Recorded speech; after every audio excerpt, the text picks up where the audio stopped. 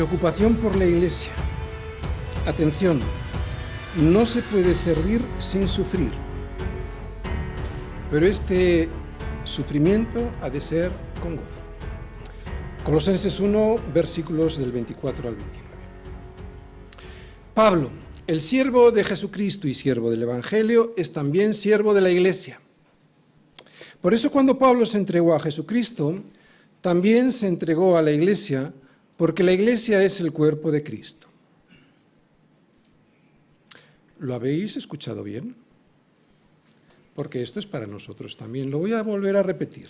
Cuando Pablo se entregó a Jesucristo, y yo creo que aquí muchos nos hemos entregado a Jesucristo, también se entregó a la Iglesia, porque la Iglesia es el cuerpo de Cristo. Y esta es una de las enseñanzas para nosotros hoy, que tenemos que servir a la Iglesia. Pablo no es la cabeza de la Iglesia, porque la Iglesia, la de verdad, no reconoce otra cabeza que no sea Cristo. A él lo que le corresponde, porque así se lo encomendó el Señor, es enseñar a la Iglesia todos los misterios que hay en Cristo. Él fue hecho ministro, que lo que significa ser siervo de un rey, alguien que le sirve a un rey, fue hecho ministro por Cristo mismo. ¿Para qué? Para enseñar y para proclamar el Evangelio. Y esto no es fácil. No es nada fácil. Al revés, es muy duro a veces. De hecho, él estaba en la cárcel por causa de Cristo y más tarde perdería la vida por su fidelidad al Señor.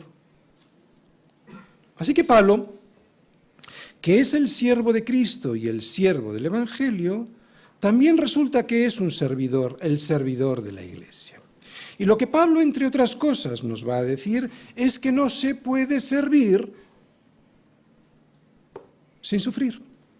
Y además, que tampoco se puede servir y sufrir sin gozo.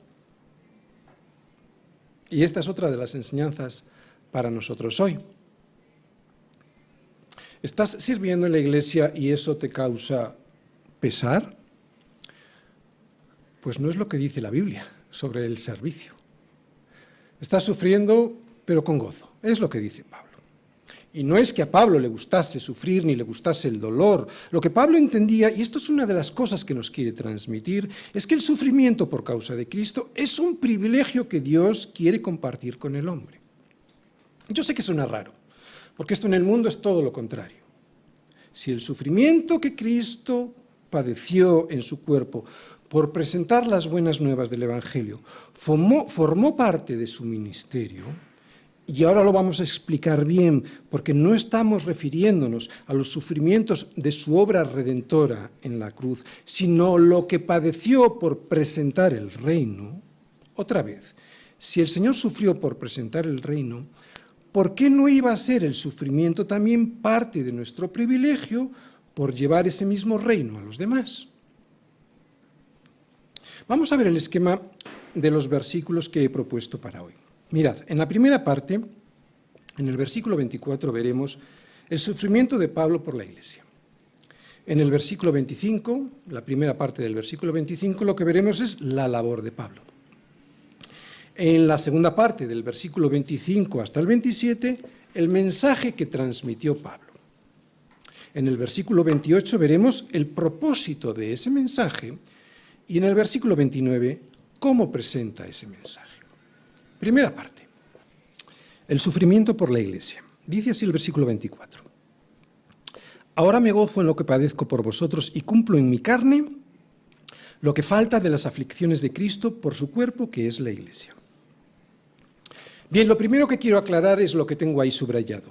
¿Qué es lo que le falta a las aflicciones que ya sufrió Cristo? ¿Acaso la obra redentora de Cristo en la cruz no fue suficiente y por eso Pablo tiene que aportar algo que todavía le falta a esa obra redentora? ¿Le dijo Jesús a Pablo en algún momento eso? ¿Era eso parte del trabajo que Cristo le encomendó a Pablo? ¿Habéis visto eso en alguna parte de las Escrituras? Evidentemente no. La suficiencia de la obra de Cristo sobre la cruz está más que sustentada por toda la Biblia, incluso en el contexto de esta carta. esta carta a los colosenses, lo hemos visto al principio, vemos que la reconciliación la hizo Cristo y nada más que Cristo, porque es en Él en quien tenemos redención por su sangre, el perdón de pecados, lo vimos en Colosenses 1:14. Por el derramamiento de su sangre, nada más que por el derramamiento de su sangre es por lo que tenemos redención, es por lo que tenemos el perdón de pecados.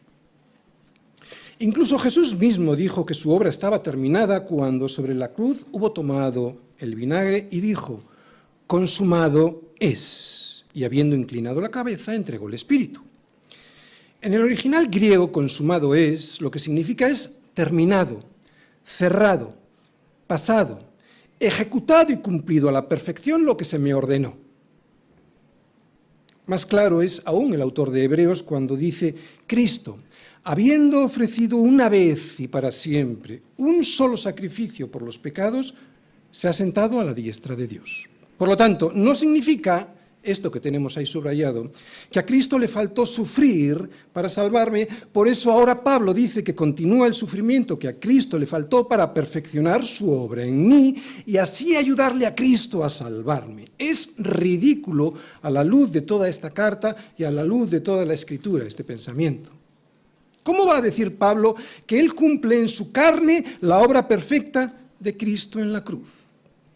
Pablo perfeccionando a aquel que él mismo considera perfecto para salvarnos.